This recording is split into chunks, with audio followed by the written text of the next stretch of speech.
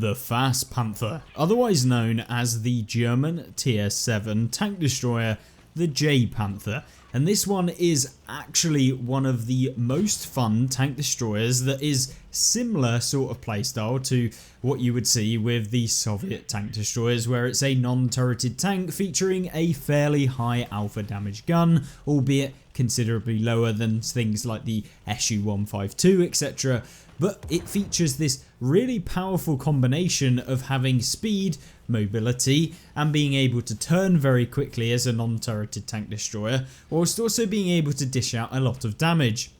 And that's why this tank is a bundle of fun, and I highly recommend everyone at least tries out the J Panther, even if you're not interested in getting yourself the Jaeger, which is the tier 10 of the tech tree, which to all intents and purposes is one of my least favourite tank destroyers. It's very slow, its armour doesn't particularly work that well, and it feels like it is a little bit of a outdated playstyle, at least with the current meta that is within World of Tanks. But this one completely is not that. It is one of the best tank destroyers that I can think of at tier 7, and we featured quite a few of them, and so this one is one that has to be played quite aggressively at the beginning to get into a decent spot to start with, and then you can really farm damage quite easily. The standard penetration of this tank is okay, but it isn't exceptional, and so yes, in tier 8 and tier 9 games you are going to have to fire some premium, and although you know we are playing with full premium at this time, it's mainly because we're going to try and mark this vehicle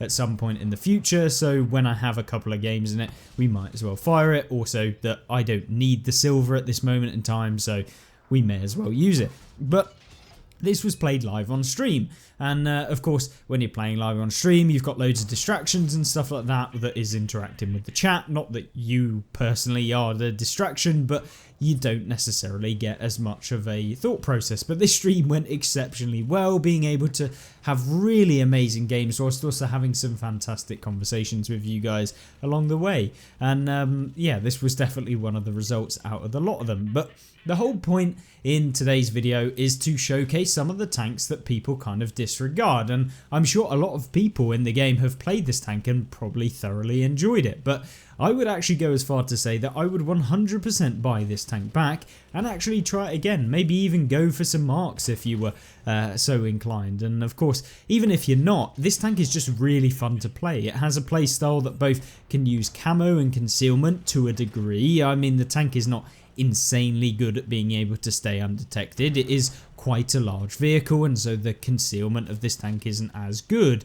But when you are running a camo build and some of the camo perks, you can definitely make it work. You just have to be a bit more aware of your concealment than in maybe some of the other tanks in the game.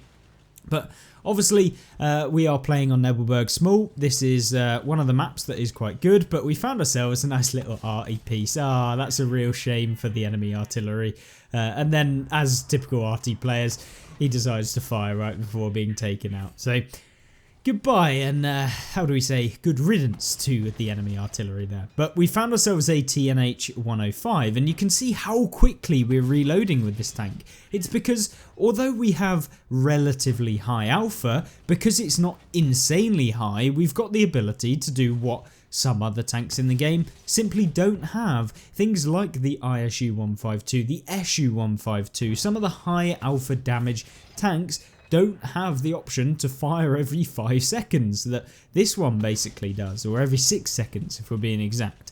And so it's just crazy how much damage you can kick out, and not only that, you have the option to try and track people. The accuracy of this tank is very good, the aim time of this tank is very good, the speed of this tank is very good, the armour maybe not so good, but it still bounces from time to time, and you can certainly do it against lower tier vehicles. Higher tier vehicles, they're going to go through you regardless, but at the same time you have this really nice combination of almost everything you could possibly want as a non-turreted tank destroyer, and so that's why I really enjoy watching and playing this tank, and why hopefully some of you will try and experiment, maybe go back and play this tank. It is relatively cheap to buy. You don't need a ton of silver to repurchase this tank if you've maybe played it, or maybe you want to grind to it. It doesn't even take that long to actually get here, and by take that long I mean comparatively to maybe if I was showcasing a tier 10. It's a lot quicker to be able to unlock this vehicle. Now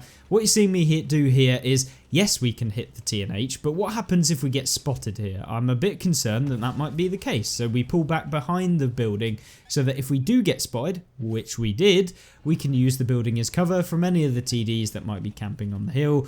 There's a T28 there, and also a Cromwell that's also over there. We've got the T&H now repositioning to trying to get into a different spot, but he's only on 8 health. And so it doesn't really matter about him, and he gets subsequently taken out anyway, and then we finish off the Cromwell. So we're up to 3.4 thousand damage in this tank, and this is just one of the many games where you can have some really amazing results, and it feels so good to play. Like, I cannot stress how nice this tank really is. Its speed of turning, although might not seem like, you know, it's one of the biggest things in the game, being able to turn as quickly as this does allows you to be able to, you know, quickly snap to different opponents, and it doesn't feel like you've kind of hindered all too much by not having a turret, which, I mean, is a hindrance, but with this tank it's significantly less of a problem than you would see with things like, for example, the T28 on their team. And that is what makes this tank fantastic. The aim time as well, when you combine it all together, makes this tank very good and very kind of usable, shall we say. And the T28 here obviously is trying to move up. We're going to try and aim or pre-aim, but it seems like we're not going to get another one into him. Not quite able to hit the Canonian Jagdpanzer there, but it's fine. We can kind of make a move towards this Canonen as the game comes to a close. Maybe we can get one, maybe we could get 2 shots off against the Canonen and hopefully get a shot. The T28 hits us in the side, most likely for the teammate that we had, not us, because we weren't spotted for a long time, unless of course it was a crazy shot.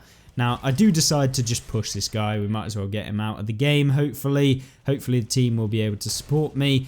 We are going to have to hopefully be able to not get hit in this guy. He low rolls quite considerably, and it's unlikely we're going to actually be taken out here, provided our team are right next to us. And oh, for God's sake, we do get taken out either way, but we still do 4,078 damage.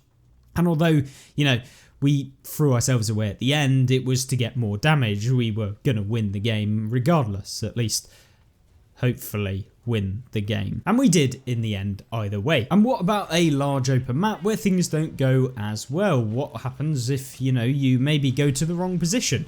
And like a typical tank destroyer that would be at tier 7, you'd probably have a problem to relocate. This one doesn't have that problem, and you can move around the map quite fluidly. It doesn't feel like you're kind of forced into committing to a flank, etc. You have that speed which allows you to change and adapt to the situation, which you definitely need to do in this tank if you want to have the best results. And although this isn't a best result to showcase right here, it's all about kind of the aspects of the tank that I feel like you can, even when you're having a bad start to the game, pull off a much better game in the long run, and hopefully you'll see that throughout this. So with that being said, we've come over to the left hand side, or the right hand side according to the map of where we spawn. And so what we're going to do is essentially just wait here, see if anything gets spotted. If they do, brilliant. If they don't, it's not a problem. We can start to move up and try and do something against some of the guys that might also push up on the left. Now, unfortunately, we don't have any light tanks in this game, which means we are going to have to rely on some of the teammates who maybe have a really good spotting build. Or maybe I'm going to have to rely on myself to actually get some spotting, because no one else on the team particularly has that good spotting, because you see they already have pushed up by the time that they get spotted. But with that being said, got ourselves a medium tank and a tank destroyer that's over here. I'm just trying to keep the kind of field lit up and make sure that anyone that's over there does get spotted. We've got to be very careful, unlike the STRV, from people over on the kind of G4 area, G5 area, where one of the medium tanks has just got spotted, the Chiri. We auto-aim this guy pretty quickly. We can't stay up there and fully aim. If I stayed up there and fully aimed, we're going to take multiple hits in return. People would have snapped to us and done the exact same thing that I did to the Chiri, so we don't want to do that. We want to make sure that we stay on full health. Luckily, we bounced the King Dragon there, which is great, but yeah, we would have probably taken a hit in most situations. If he'd aimed properly, he'd have probably hit the side of our tank. But either way, you take what you're given in the game, and hopefully that won't happen again. But there's that one little problem in this game, is that there's a King Dragon over there, and I don't really feel like trying to dig out a hold down medium tank with a tank that is pretty inflexible over ridge lines, because although this tank doesn't have the worst gun depression, you're quite big and quite tall, and trying to kind of go up there and find a shot whilst moving at the same time and then aiming and then shooting is going to take a lot longer than, of course, when the King Dragon just uses his hold down location, moving very slowly to just expose his turret and be able to basically hit my entire tank. So yeah, we don't really want to be taking any hits here, and certainly we don't really want to be sat out like this. And so at that point, you've got to kind of make a decision as to how you want to play the game next. And luckily, our Stark actually finishes off the King Dragon, which kind of alleviates some of the problems that we might face here. Someone's firing HE in the bushes, so we're just going to aim, and we go for a shot, and then it actually hits. So brilliant work there. We only take a HE shot from him in the beginning, and that's what you get for blind firing opponents that have just hit you. You can sometimes get extra damage without taking any hits, etc. So with that being said, I think it's time for us to relocate and get somewhere else. We're going to start going down the hill and hopefully over to where the majority of the damage is. And it looks like our team are kind of getting steamrolled on the north and northwestern area of the map. So we want to go over there, help out the team as much as possible, and hopefully get some spotting as well. Maybe if anyone else on the enemy team is doing the exact same thing that we're doing here. So that's where the speed comes in. And if we were in a much slower TD, if we were in the T25/2, or maybe we were in a T28, the slower vehicles in the game, or not as fast vehicles, it would take us considerably longer, and maybe that would cost us the game. So with that being said, we do put one into the VK1001P, low rolling by about 1 million there to leave us in a much worse position. But we're finding ourselves the SMV here, one into him. Can we get one again into the top of him to finish him off? Yes, we can. Oh yes, that's what we want. Now, the ISU 152 is, of course, trying to do a bit of a strange play for an ISU 152. Not quite sure why he would do that, but we go for the tracking shot on him. Unfortunately, he does actually have a repair kit. We're going to have to rely on one of our teammates to hit him. And oh gosh, we're getting penned from somewhere out in the forest area. And I really want to get rid of some of these guys. The Tiger 2 is also pushing up here. Not quite sure what he was doing, but he's going to finish us off. Oh no, he isn't. We put one more into the Tiger 2. We're going to try and get behind the Tiger 2 to avoid any shots that come in, but not quite fast enough, and we get taken out. But in going here, I would argue that we actually, although we got taken out, we exposed a lot of their vehicles who were making very questionable plays, and it seemed like no one else would have been able to spot them in the positions that they were at until it was too late and they'd already made the bad plays. And so I guess we somehow helped the team, even if it didn't ended up with the best result. Sometimes you do have to help the team, and I knew full well we could have got safe, but at the same time, it probably would have led to maybe them just YOLOing me anyway and still getting taken out. So we might as well stop them from being able to do what they wanted to do. And luckily, we come out with a win in this game. So a really nice one, and just a sheer example of where that speed can come in really handy. And of course, the alpha damage, and even in some of the worst games, you still have some great results. So hopefully you enjoyed the Fast Panther, one of my favourite vehicles at tier 7 to play and just enjoy. And it really is a pleasure to play. And it really is a pleasure that you've joined me all this way in this video. I really do appreciate it, and your time and effort in watching some of the videos. Hopefully you want to see some more, and if you do, there'll be a video on screen right now. But other than that, I hope you have a fantastic rest of the day, and I'll join you in the next one. Goodbye.